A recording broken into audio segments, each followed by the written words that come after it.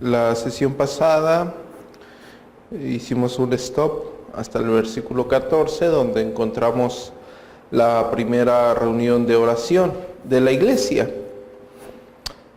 En ocasiones, en el tipo de exposición que yo estoy dando, recordemos que hemos dado varias exposiciones, incluso hemos hecho por la gracia de Dios, o hemos tenido la oportunidad por la gracia de Dios, de exponer una sola carta en pocas sesiones, a fin de entenderla completamente. Y también, como estamos haciendo con el Evangelio según San Juan, con la carta a Romanos y con el libro de Hechos, hay ocasiones que nos podemos detener en un versículo, y un versículo nos provee de muchísimas cosas. Hay ocasiones que, aunque un versículo nos siga proveyendo de muchas cosas, como ahorita voy a hacer mención, será necesario exponer más de un versículo en una sesión con el fin de tener o traerles el propósito de Lucas, en este caso, como el redactor del libro de los Hechos. No es que vayamos a excluir cosas que son importantes, porque todo lo que está en la Escritura es importante, sino más bien vamos a tratar de ser objetivos con el mensaje de Lucas. Y vamos a exponer del versículo 15 al versículo 26. Voy a dar lectura según vaya exponiendo el texto. Y en el versículo 15 nos empieza a redactar lo que sucede la iglesia establecida como tal, la iglesia tomando la directriz de la Escritura, los textos del 15 al 26, nos dan esa idea. O sea, la iglesia ya está trabajando, la iglesia ya está encaminándose con una sola directriz, la Escritura. Y lo vamos a ver en su accionar de ellos, lo vamos a ver en su trabajo de ellos. También vamos a ver, o vemos desde el principio, la iglesia siendo liderada, comandada por alguien. No era como que un grupo de creyentes, claro está que la Escritura nos afirma que eran casi 120 hermanos, pero no es que esos hermanos, que la mayoría estaban presentes en el ministerio terrenal de nuestro Señor Jesucristo, no es que todo ese grupo de creyentes fungieren como opinólogos. Sí, y vamos a hacer esto, y ahora vamos a hacer aquello, y era un grupo grande, ¿no? Por eso hay que tener cuidado cuando se argumenta bíblicamente acerca de la pluralidad de ancianos, ¿no? En cierta forma. Digo, no es el tema, pero viene al caso. Era ya una iglesia grande, realmente era una iglesia grande, ya era un grupo de creyentes grande, pero había alguien que los lideraba, no aceptaba opiniones, no porque fuera soberbio, sino que hay un liderazgo de parte de Dios. El liderazgo se toma, o el líder toma ese liderazgo a partir de la Escritura. Las decisiones las decisiones que la iglesia necesitaba partían de la Escritura. Y bueno, es lo que nos regala estos versos. Claro está, como lo he dicho antes, con acontecimientos reales, providenciales. No los vamos a ver en el caso del libro de los Hechos o en los capítulos. No vamos a ver una directriz basada doctrinalmente en lo que ocurre, en este caso en el capítulo 1 del versículo 15 al versículo 26. Y doy lectura únicamente al versículo 15. Voy a estar dando lectura, ya lo leímos al inicio del servicio, y la Escritura dice en Hechos capítulo 1 versículo 15: en aquellos días, ¿qué días está hablando? Los días después de la resurrección de nuestro Señor Jesucristo. Recordemos que Lucas da datos exactos, datos precisos, fechas, lugares, personas, nombres, situaciones. Él no quiere dejar nada a la imaginación de Teófilo no es más detallado, claro está, por el tiempo, por lo que él tiene que brindar. Recordemos que está brindando un periodo bastante largo del desarrollo de la iglesia primitiva. Dice, en aquellos días Pedro se levantó en medio de los hermanos, y los reunidos eran como 120 en número, y dijo, bueno, aquí está lo primero que yo les acabo de mencionar. Hay un hombre que se levanta de 120 personas, 120 creyentes con lo más probable con la misma información, ¿sí? Es lo más probable aquí, ¿no? Porque la mayoría fue consciente de la resurrección de nuestro Señor Jesucristo. Son los datos que nos dan las mismas escrituras, ¿sí? Porque Él estuvo 40 días enseñando acerca del reino, es lo que la escritura enseña. Y claro está que los apóstoles transmitieron esa enseñanza y todos estaban saturados quizás de esa información temprana. ¿Sí? Fueron los primeros receptores de esa información. Pero en medio de todo ese número, en medio de todo ese grupo de creyentes, hay un hombre que se levanta. Hay un hombre que se levanta y es Pedro. Pedro como líder. ¿De dónde toma Pedro su liderazgo? Digo, si alguien aquí fuera o tuviese teología católica, me citaría cuando le dice en esta roca, y no estamos hablando de esos contextos extraños. Pero nosotros vemos en Mateo capítulo 10, versículo 2, que dice, los nombres de los 12 apóstoles son estos. Y nombra primero Simón, llamado Pedro. Claro está que la iglesia reconocía el liderazgo de Pedro. Reconocemos cuando nuestro Señor Jesucristo le confronta y le dice, Pedro, ¿me amas? Apacienta mis ovejas. Pedro, ¿me amas? Cuida de mis ovejas. Pedro, ¿me amas? Señor, tú lo sabes todo. Apacienta mis ovejas. La iglesia reconocía ese liderazgo que Dios le había dado a Pedro, a Simón, Pedro el apóstol. Entonces ya tenemos la iglesia fundamentada con un líder, con un pastor, en este caso un apóstol, más adelante lo veremos, un apóstol que ya está guiando a la iglesia, ya está diciendo qué es lo que se tiene que hacer, ¿sí? Versículo 16. Varones hermanos, era necesario que se cumpliese la escritura en que el Espíritu Santo habló antes por la boca de David acerca de Judas, que fue guía de los que prendieron a Jesús. Él como líder, su liderazgo, sus decisiones, las empieza a basar ¿en qué? En las Sagradas Escrituras, lo que nosotros actualmente conocemos como Antiguo Testamento. No tenían, de hecho el libro de Hechos nos tiene que dar mucha luz, nos va a dar mucha luz. Al decir nos tiene que dar mucha luz, estoy hablando de la falta de estudio consciente del libro de los Hechos, porque sí vamos a ver milagros y vamos a ver situaciones providenciales de Dios, pero son eso, situaciones providenciales de Dios, porque la iglesia en ese tiempo no tenía lo que tú tienes ahora como conocemos el Nuevo Testamento. Pero Pedro está partiendo de la Escritura. Dice, era necesario que se cumpliese la Escritura en que el Espíritu Santo, ojo, Pedro el apóstol nos está haciendo una referencia teológica a lo que nosotros conocemos como la inspiración divina.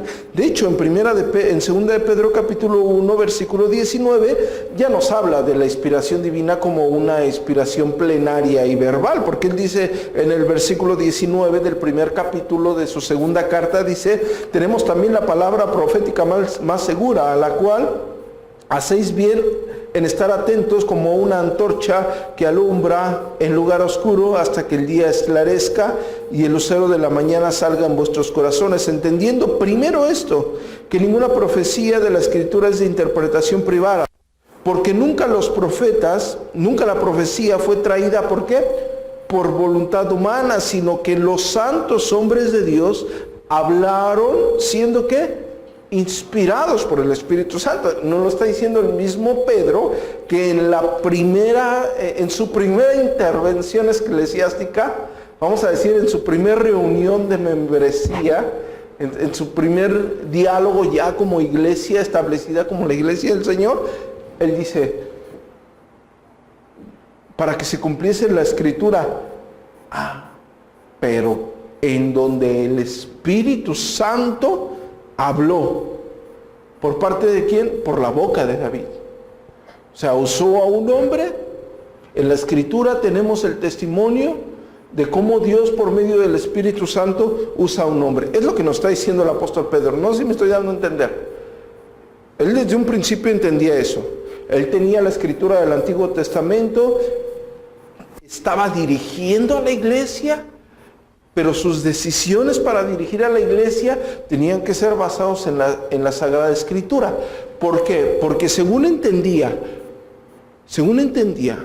por revelación divina, por la voluntad soberana de Dios, por medio del Espíritu Santo, según entendía Pedro el apóstol, que en la Sagrada Escritura era la misma voz de Dios por el Espíritu Santo que usó a determinados hombres para dejar plasmado lo que Dios quería que nosotros entendiésemos, en este caso, en el contexto que estamos hablando. Y claro está, él cita el libro de los Salmos, cita 2 versículos, cita el Salmo 69, 25, dice, sea tu palacio asolado, en tus tiendas no haya morador, y cita el Salmo 109, versículo 8, sean sus días pocos, tome otro su oficio. Bueno, él está tomando el Nuevo Testamento para aclarar las decisiones que tiene que tomar o hacia dónde tiene que tener la directriz que tiene que tomar la iglesia. Versículo 17 del libro de los Hechos dice, y era contado con nosotros y tenía parte en este ministerio. Es decir, él está diciendo que Judas, el que entregó al Señor, era parte de ese ministerio. Repito, si vamos de nuevo a Mateo capítulo 10, versículo 2, donde vimos que primero nombra a ¿quién? A Simón, Pedro. Pero ¿quién creen que es el último, el que es nombrado? Judas. Y dice Judas Iscariote, el que también le entregó. Bueno, era parte de los apóstoles. Versículo 18 del libro de los Hechos, el capítulo 1, habla de Judas, dice, este pues, con el salario de su iniquidad, adquirió un campo, y cayéndose de cabeza, se reventó por la mitad, y todas sus entrañas se derramaron. Aquí puede haber alguna confusión si no hacen una exégesis correcta, porque algunos dirán, por fin, fue colgado, no que se ahorcó, ¿cómo es que se partió a la mitad? No es que Judas regresó el dinero, por fin lo regresó, ¿cuándo lo compró? ¿Quién estuvo en la transacción de lo que Judas hizo? Bueno, los textos del Nuevo Testamento, en este caso de los Evangelios, nos dan la completa luz de lo que estamos hablando. Mateo 27:3 dice, entonces Judas, el que le había entregado, viendo que era condenado, devolvió arrepentido las 30 piezas de plata a los principales sacerdotes y a los ancianos, diciendo, yo he pecado entregando sangre inocente. Mas ellos dijeron, ¿qué nos importa a nosotros? Allá tú. Y arrojando las piezas de plata en el templo, salió y fue y se ahorcó. La Escritura dice que se ahorcó. Los principales sacerdotes, tomando las piezas de plata, dijeron, no es lícito echarlas al tesoro de las ofrendas, porque es precio de sangre.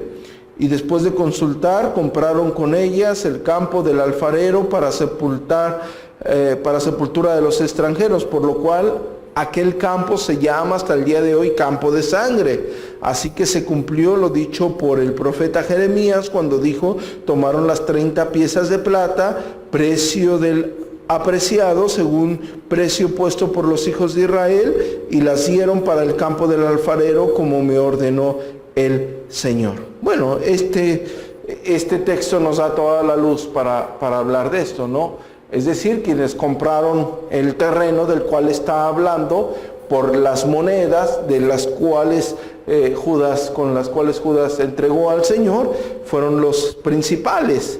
Ahora, aquí hay ciertas cuestiones que es necesario aclarar. Primero que nada, el texto en Mateo, claro está, ubico, en el versículo 9, Mateo, recordemos que era, ¿qué? Un judío extremo. Él era, si nosotros no entendemos que la redacción de Mateo es completamente judía, tú te puedes equivocar en la interpretación muy fácilmente. Porque en el versículo 9 dice, lo dicho por el profeta Jeremías. Pero no sé si ustedes se han dado cuenta que Jeremías nunca dice eso.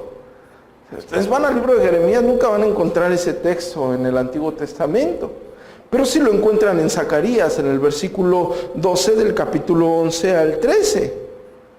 Zacarías es quien cita eso. ¿Qué es lo que está pasando? No es que se equivocara Mateo. Un judío conocía al derecho y al revés las Escrituras.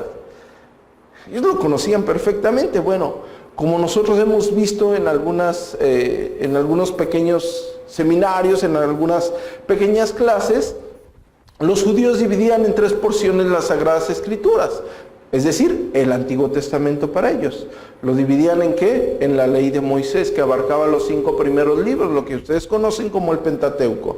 El libro de los Salmos o los libros de sabiduría y los libros proféticos o los libros de profecía. ¿Sí? Ahora bien, resulta que en los libros proféticos, según ellos entendían, el primer libro era el libro de Jeremías. Entonces, un judío, como mención del libro de las profecías, mencionaba el libro de Jeremías. No sé si me estoy dando a entender. Entonces, es por eso que Mateo está citando, así se cumplió lo dicho por el profeta Jeremías. Porque Jeremías en sí nunca dice eso en el libro profético que ustedes conocen como Jeremías, ¿sí? Pero sí lo dice Zacarías en el versículo 12 y 13 del capítulo 11, como ya lo he mencionado anteriormente. Y cuando está hablando de por fin se ahorcó o que se cayó, se suicidó, ¿cómo es que se reventó? Lo más probable, y puede ser una especulación muy precisa, es que se reventó la cuerda en la cual se ahorcó. Y por ello se reventó y todas sus entrañas salieron, ¿no? Versículo 19 del capítulo 1 de Hechos. Y fue notorio a todos los habitantes de Jerusalén, de tal manera que aquel campo se llama en su propia lengua Aceldama, que quiere decir campo de sangre. Es muy importante, quizás lo que les puede llamar la atención es la palabra Acelgama, que en arameo es campo de sangre, ¿sí? Pero no, realmente lo importante es, de Lucas como historiador, es que está diciendo que esto fue notorio a todos los habitantes de Jerusalén. Es decir, todos los habitantes de Jerusalén saben sobre esto que yo estoy narrando. Es lo que Lucas está tratando de decir, ¿sí? Y bueno, la posible confusión exegética que algunas personas puedan estar o puedan tener con lo que dice el versículo 6 al versículo 8 de Mateo capítulo 27 sobre el nombre de aquel lugar, porque Mateo 27, 6 dice, los principales sacerdotes, tomando las piezas de plata, dijeron, no es lícito echarla en el tesoro de las ofrendas, porque es precio de sangre. Y después de consultar, compraron con ellas el campo del alfarero para sepultura de los extranjeros, por lo cual aquel campo se llama hasta el día de hoy campo de sangre. Bueno, ya lo dijimos, Acelgama en arameo es campo de sangre, pero resulta que esa tierra, la tierra era buena para los alfareros, por eso era conocida como la tierra del alfarero, el campo del alfarero. Contexto histórico, muy sencillo. Si nosotros no entendemos ese contexto histórico y vamos a un texto, aquí le llaman campo del alfarero y aquí le llaman Aceldama, por fin, ¿quién tiene la razón? ¿Sí? Judas entregó las monedas, ¿cuándo lo compró? Bueno, se tiene que hacer una breve exégesis para nosotros entender de una forma sana qué es lo que está pasando. Bueno, ¿qué es lo que pasó? Que los principales compraron este terreno con el nombre de Aceldama, que era conocido como campo del alfarero, porque su tierra era buena para los alfareros, para hacer alfarería. Bueno, Lucas está tratando de ubicar a Teófilo y a sus lectores de lo que estaba pasando. Versículo 20. Porque está escrito en el libro de los Salmos: sea hecha desierta tu habitación, y no haya quien more en ella, y tome otro su oficio.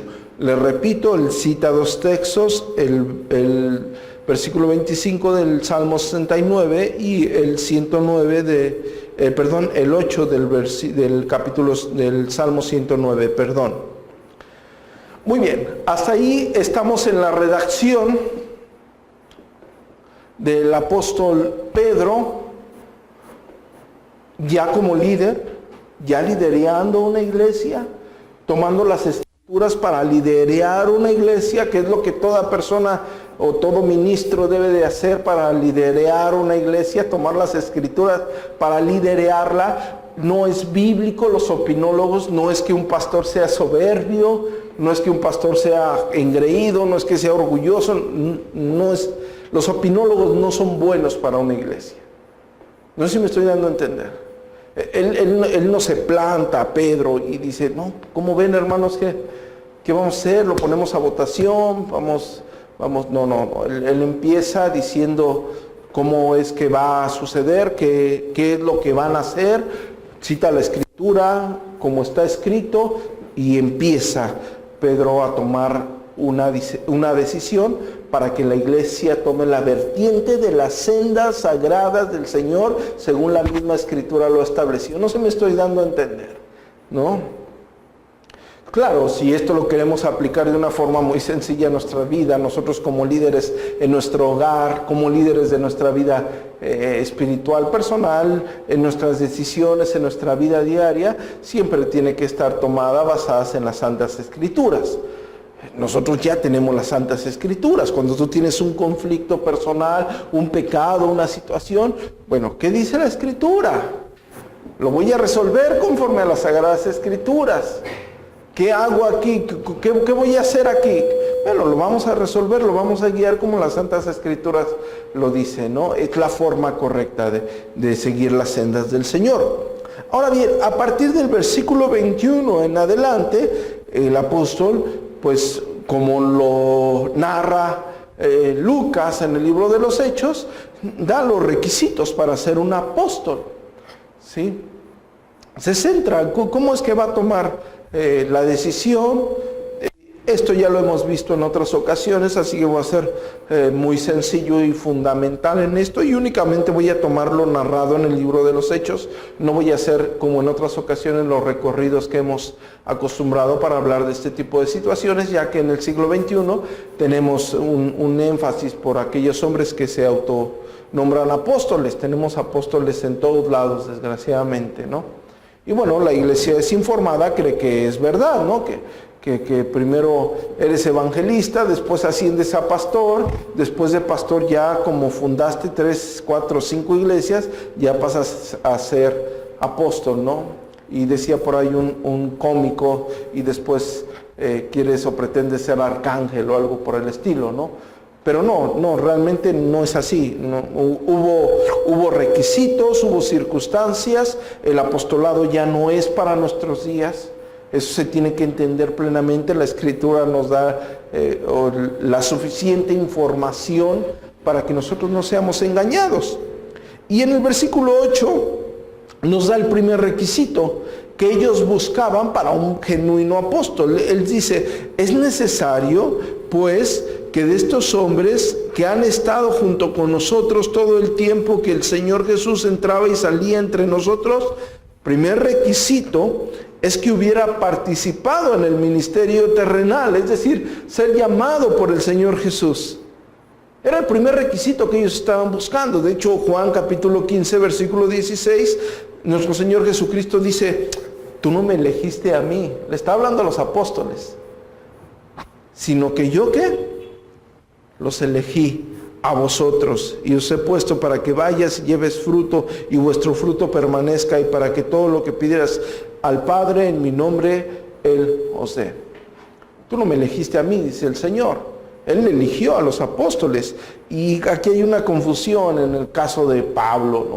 Dice, pero es que Pablo no estuvo en el ministerio de nuestro Señor Jesucristo. Bueno, él en el libro de Gálatas, así como en el libro de Corintios, 2 Corintios 1:1, Gálatas capítulo 1 del versículo 15 y 16, 2 Corintios 12 del 1 al 4, y de hecho en el 2 Corintios 12:12, y vamos a encontrar, repito, no me voy a detener, de hecho creo que tenemos una predicación donde habla de las marcas de un genuino apóstol, y creo que es del libro de Romanos, del primer capítulo, del primer versículo, que lo dividí en 3 partes. Ustedes pueden encontrar. Pero bueno, aquí el hecho es de que el primer requisito que ellos están solicitando ya en la reunión, imagínense la reunión de 120 hermanos, 120 hermanos reunidos. El apóstol Pedro dirigiéndolos conforme a las Santas Escrituras. Y claro está que no todos ellos estuvieron, porque si eran 120 y la Escritura dice que fueron 70 los enviados, es claro que no todos estuvieron no todos participaron en el ministerio terrenal como los 70. No sé si me estoy dando a entender. No quiero confundirlos ahí. ¿Sí? Y bueno, el primer requisito, como lo dije, era que hubiera participado en el ministerio terrenal del Señor Jesucristo. Pero en el versículo 22 dice, comenzando desde ¿cuándo? Desde el bautismo de Juan. Ya conocemos todos nosotros el bautismo de Juan, hasta el día que de entre nosotros fue recibido arriba. Uno se ha hecho testigo con nosotros de su resurrección. Segundo requisito, según el versículo 22, es ser testigo de la resurrección de nuestro Señor Jesucristo. Y todos ellos fueron testigos de la resurrección de nuestro Señor Jesucristo. En el caso del apóstol Pablo, como lo dije, tenemos Gálatas capítulo 1, versículo 15, pero cuando agradó a Dios que me apartó desde el vientre de mi madre y me llamó por su gracia, revelar a su Hijo en mí para que yo predicase entre los gentiles, no consulté enseguida a carne ni sangre. También tenemos como testigo de la resurrección en 2 Corintios capítulo 12, versículo 1, ciertamente no me conviene gloriarme, pero vendré a las visiones y a las revelaciones del Señor. Conozco un hombre en Cristo que hace 14 años, si en el cuerpo no lo sé, dice, y si fuera del cuerpo no lo sé, Dios lo sabe, fue arrebatado hasta el tercer cielo, y conozco a tal hombre. Si en el cuerpo fuera del cuerpo no lo sé, Dios lo sabe, que fue arrebatado al paraíso, donde oyó palabras inefables que no le es dado a hombre expresar. Claro, está hablando de él, de su ministerio, de su llamamiento. Y en el versículo 12 del capítulo 12 de 2 Corintios, él dice, con todas las señales de apóstol han sido hechas entre vosotros, con toda paciencia, por señales, prodigios y milagros. En el versículo 1 de Gálatas, en el capítulo 1, es por eso que él se presenta así, Pablo, apóstol, no de hombres ni por hombres, sino por Jesucristo y por Dios el Padre que lo resucitó de los muertos. Bueno, claro está que el apóstol Pablo siempre trató de dejar en claro ese apostolado. Entonces, ellos toman, o en este caso el apóstol Pedro toma esta dirección para la iglesia, ¿no? Ya se tiene que tomar una decisión, él lo hace como líder basado en las Sagradas Escrituras, y él deja en claro, tuvo que estar en el ministerio de nuestro Señor Jesucristo, y tuvo que ser testigo de su resurrección. Es lo que el apóstol Pablo es la forma de proceder del apóstol Pablo. Y en el versículo 23 nos presenta a 2 hombres que eran propicios para esto, o que tenían las marcas, o que tenían las posibilidades de ser apóstol. Y dice, y señalaron a dos, a José, llamado Barsabás, que tenía por sobrenombre Justo, y a Matías. Quizás la forma de redactar del apóstol, la forma de redactar de Lucas, nos deja entrever que quizás José o Barsabás, que tenía por sobrenombre Justo, no era como que muy conocido. Quizás unos lo conocían por José, otros lo conocían por Barsabás y otros lo conocían por Justo. Claro está, no fue apóstol, no tenía por qué ser tan conocido. Y Matías dice, ¿y Matías? Claro, nosotros no tenemos más testimonio de Matías en el Nuevo Testamento, pero la iglesia sí lo conocía como un apóstol, sí lo reconocía como un apóstol.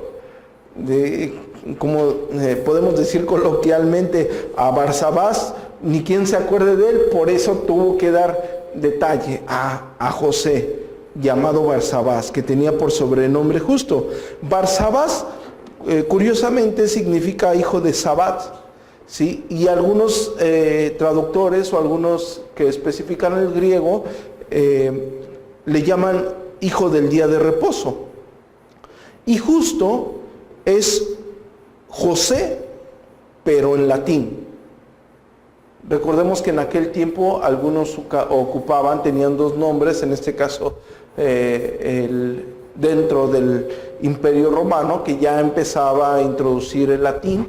Bueno, tenían su nombre, pero en latín, según el Imperio Romano. ¿Sí? Y bueno, claro está, y Matías, ¿y Matías qué quiere decir? Regalo de Dios. Y bueno, claro está, se cree que estos dos, según los requisitos, estaban dentro de los 70, como narra Lucas en el capítulo primero de su 10º capítulo. Versículo primero de su 10º capítulo. Versículo 24. Y orando dijeron, tú, Señor, que conoces los corazones de todos, muestra cuál de estos dos has escogido. Aquí claro está que se someten a la soberanía de Dios, ¿sí? Sometidos a Dios por completo en la guianza del Espíritu Santo. ¿Y cómo es que le hacen ellos para saber esa confirmación de Dios?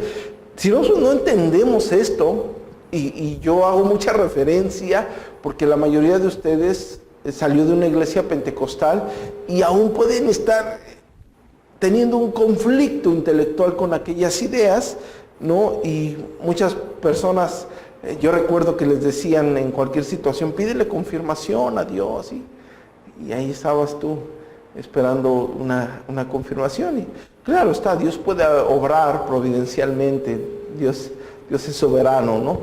Pero ahora tenemos las Sagradas Escrituras para tomar nuestras decisiones, ¿no? Y dice, versículo 25, para que tome parte de este ministerio y apostolado, que cayó Judas por transgresión para irse a su propio lugar. Aquí Lucas, en el libro de Hechos, no está excluyendo la responsabilidad del hombre en su perdición. No sé si me estoy dando a entender. Muchas veces hay este conflicto teológico, intelectual, cuando sabemos algunas doctrinas, las doctrinas de la gracia, cuando conocemos las doctrinas lapsarianas, y hay un cierto conflicto, ¿no? Desgraciadamente es preocupante desde mi punto de vista como pastor. Todos nosotros, afortunadamente los que estuvimos en la predicación de la mañana, donde expongo la carta a Romanos en el capítulo 2, versículo 3 y 4, y hablo acerca de la paciencia de Dios, pero también hablo acerca de la ira de Dios, y mi deseo como pastor, como predicador del Evangelio, es persuadirte al arrepentimiento, al persuadir al inconverso. El apóstol Pablo siempre tiene esa predicación persuasiva, pero cuando conocemos algún tipo de doctrina, ya refiriéndonos al tulip, a las doctrinas de la gracia, a la doctrina de la elección, a las doctrinas lapsarianas, ya decimos, bueno, si Dios quiere lo va a salvar. Bueno, yo sé, por la gracia de Dios, y espero mis palabras no se oigan soberbias, no es mi intención, pero yo sé teología y entiendo de lo que me estás hablando. Pero mi labor como pastor, como predicador del Evangelio, es persuadirles a un arrepentimiento, ¿sí? Instruirles, ¿sí? Y bueno, aquí el apóstol Pedro está diciendo, narrado por Lucas, y nos está aclarando acerca de la responsabilidad en este caso, de Judas, para que tome la parte de este ministerio y apostolado que cayó Judas por transgresión para irse a su propio lugar. Recordamos Juan capítulo 6, versículo 70, donde nuestro Señor Jesucristo dice, no os he escogido yo a vosotros los 12, y uno de vosotros es ¿qué? Diablo. ¿Sí?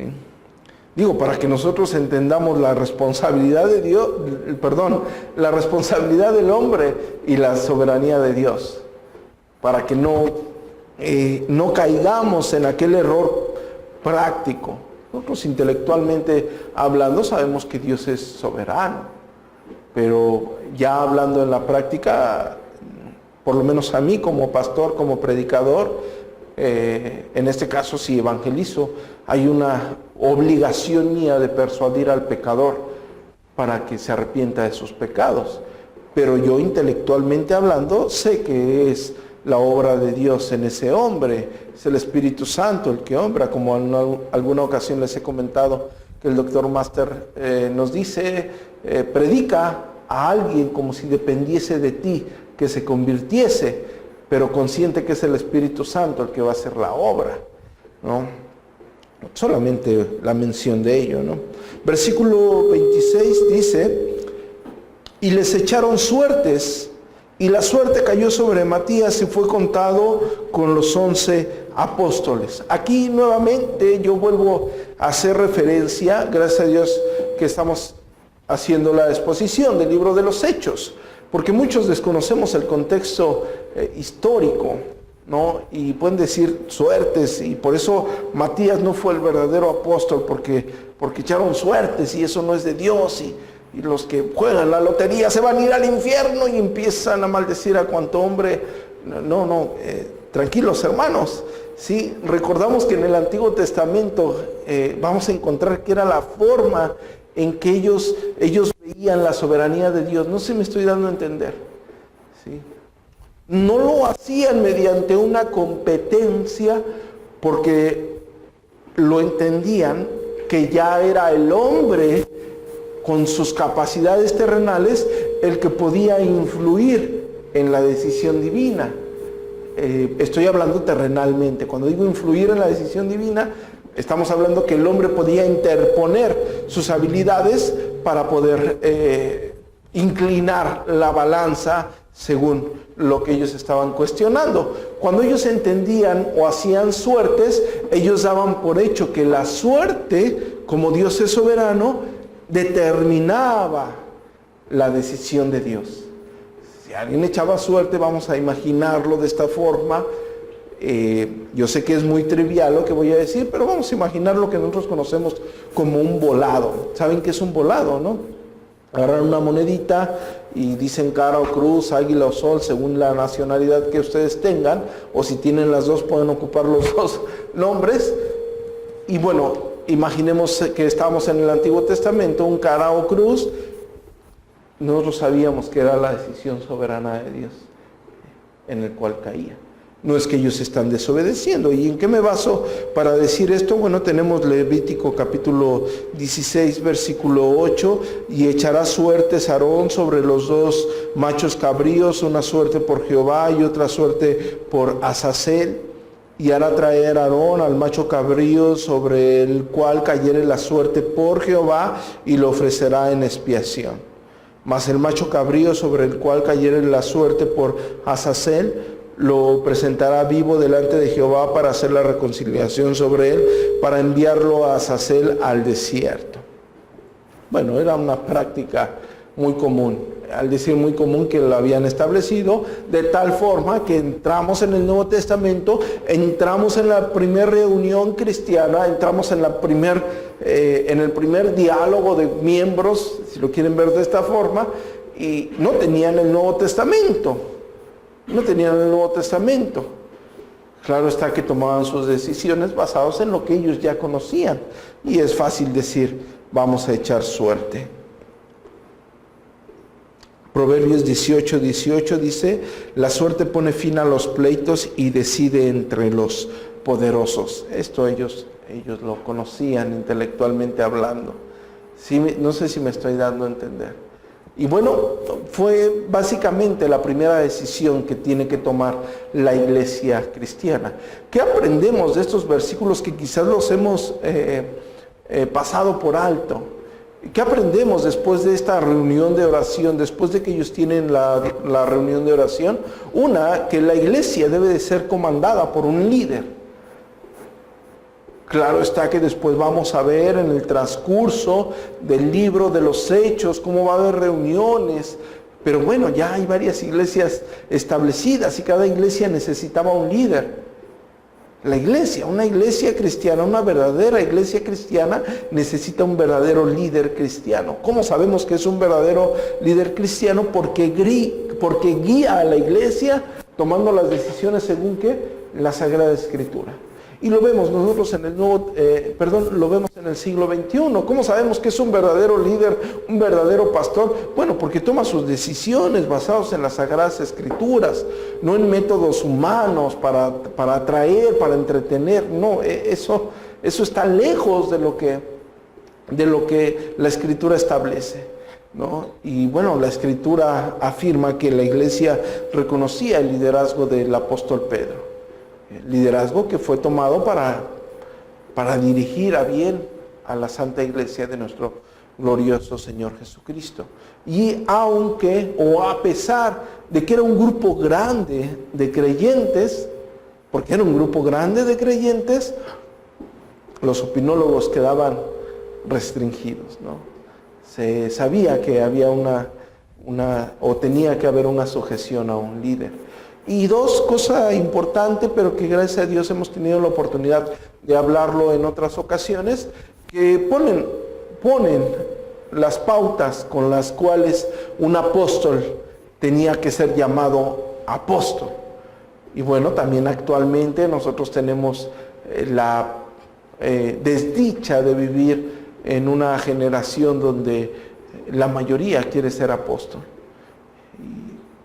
Están de pastores y después abren una misión y después abren otra misión y ellos en su corazón entenebrecido y su mente deseosa de vanagloria dicen, como el apóstol Pablo estableció iglesias y por eso fue apóstol, así nosotros, como ya establecimos una iglesia y otra, ya soy el apóstol tal. No, la Escritura no dice que eso o que por eso eran llamados apóstoles. Ellos tenían que ser llamados por nuestro Señor Jesucristo. Cuestión que claro está, en la soberanía de Dios para nuestra salvación, somos llamados por Dios. Pero no somos llamados directamente, aunque algunos charlatanes dicen que se les apareció el Señor y que no sé qué tantas cosas, ¿no? Pero son eso, charlatanes, ¿sí? Y dos, ser testigos de la resurrección, ¿sí? Y ninguno de nosotros, ninguno en el siglo XXI, ninguno en el siglo XX, puede ser testigo de la resurrección de nuestro Señor Jesucristo. Nosotros damos testimonio de lo que el Espíritu Santo ha hecho en nuestras vidas. Y gracias a la iluminación misma del Espíritu Santo, entendemos lo que las Sagradas Escrituras nos dicen para predicar de aquel que murió y resucitó para el perdón de nuestros pecados. Y sí somos testigos de Cristo, hablando de que damos testimonio, pero no somos testigos oculares de la resurrección de nuestro Señor Jesucristo. Y bueno, básicamente, tomando a Lucas como historiador, como redactor del libro de los Hechos, encontramos en estos versos, que aunque fueron pocos, encontramos que es necesario ir al contexto histórico. ¿sí? Porque si no, no entenderíamos verdaderamente lo que estaban haciendo y pudiésemos satanizar, pudiésemos no entender, pudiésemos acoplar, pudiésemos descontextualizar. También en estos textos nos damos cuenta que sí hay ocasiones que hay que hacer una exégesis, aunque pequeña, pero seria, para entender verdaderamente qué es lo que sucedió. Porque en el caso de Judas, algunos dicen, es que ahí la Escritura se contradice, porque en tal pasaje dice que se ahorcó y en tal pasaje dice que se reventaron las entrañas, se cayó y se reventó. En otra parte le llama al campo Aceldama y en otra parte campo del alfarero. Y bueno, en otra parte dice que regresó las monedas y aquí está diciendo que compró un campo. No, vimos que si hacemos una exégesis pequeña, nos detenemos únicamente a ver lo que dice la Escritura nos aclara claramente esos textos. Y nosotros ya tenemos la iluminación al leer esto, como Teófilo la tenía, porque fue el receptor primario, obvio por inspiración divina, de lo que verdaderamente sucedió y cómo la iglesia empieza a proceder para predicar el glorioso evangelio de la gracia. Amén. Oramos.